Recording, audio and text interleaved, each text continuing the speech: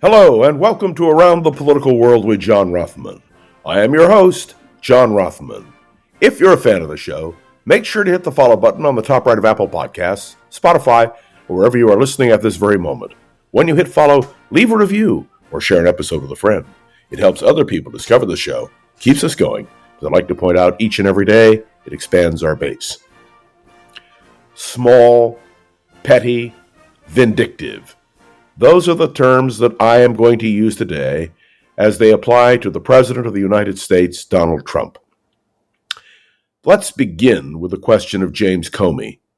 Last night I read the book, When You Come at the King. Ellie Honig of CNN has written a book describing the relationship of the Justice Department, special counsels, and the scandals that engulfed presidents since Richard Nixon, although he does some before Nixon.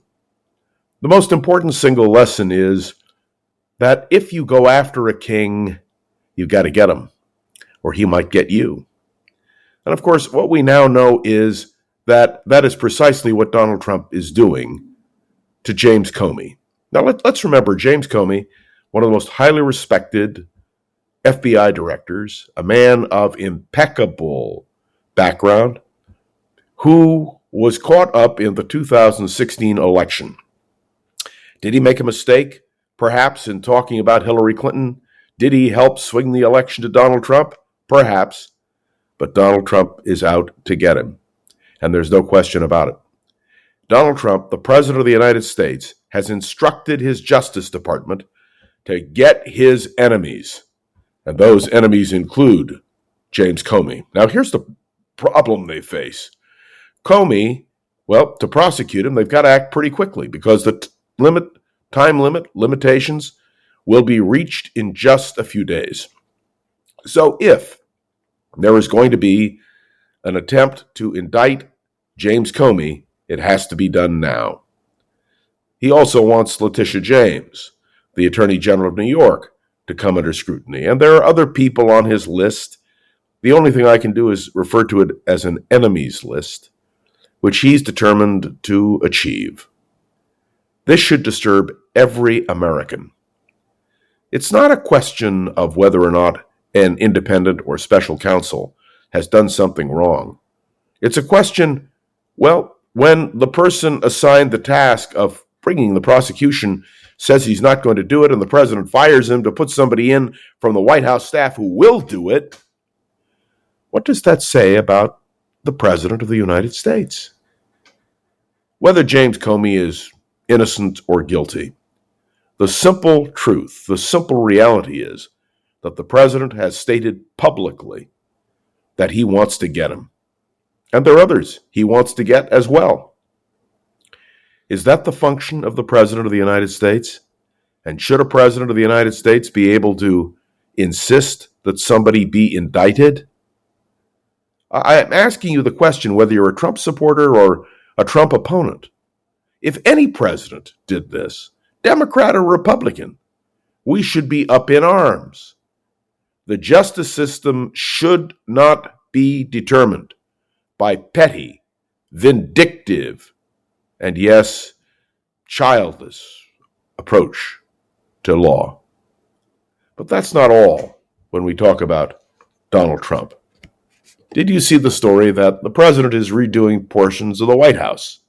And one of the things he's done is to create a presidential portrait gallery, a presidential wall of fame. And that's great. I'm in favor of a presidential wall of fame. I like the idea. I know when I walk into the mayor's office here in San Francisco, there is a wall that has every former mayor of San Francisco as you walk toward the mayor's office down a corridor. It's all right there. It's history. It's living history. It's fun. But what did Donald Trump, this petty, vindictive, small man, do? There's no picture of Joe Biden.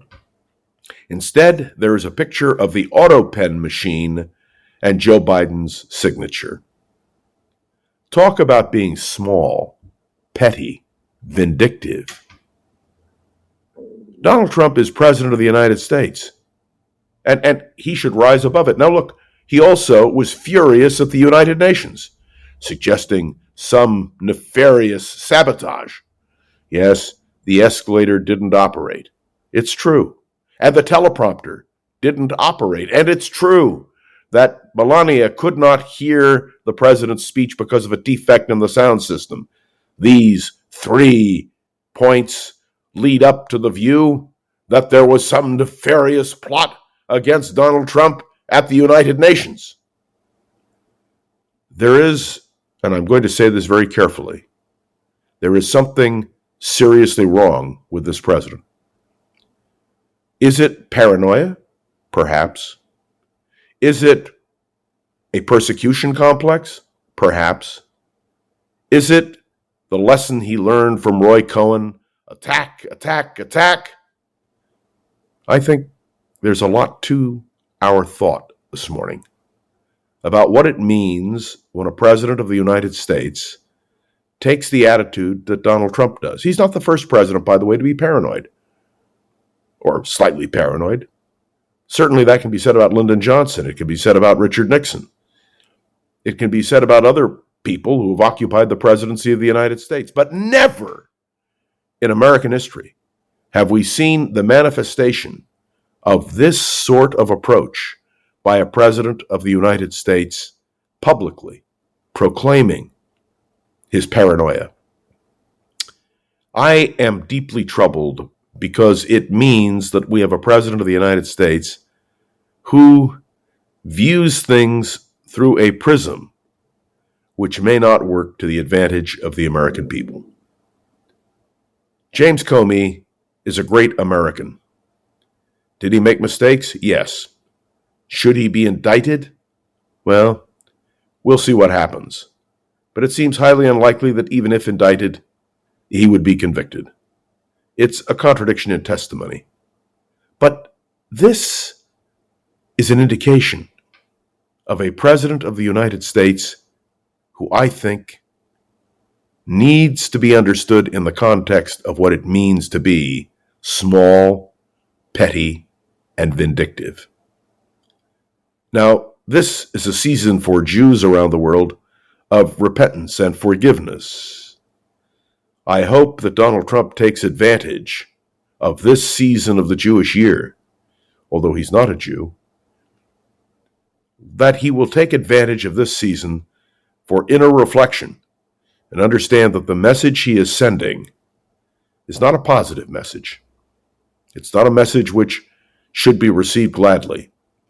It is a message which should cause deep distress by all Americans who want the President of the United States, well, to be a little bit above the notch, a little bit better than.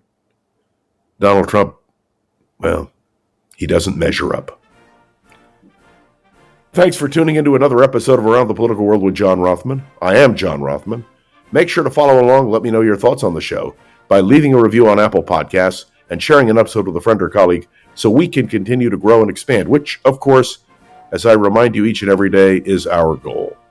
You can interact with me on Facebook, on LinkedIn, and of course, by email. And I welcome your thoughts. A special note of thanks to the wonderful Gogo Zoger, who is the producer of this podcast. Gogo, thanks for everything you do. This is John Rothman. I'll be back tomorrow with another episode of Around the Political World with John Rothman. See you then.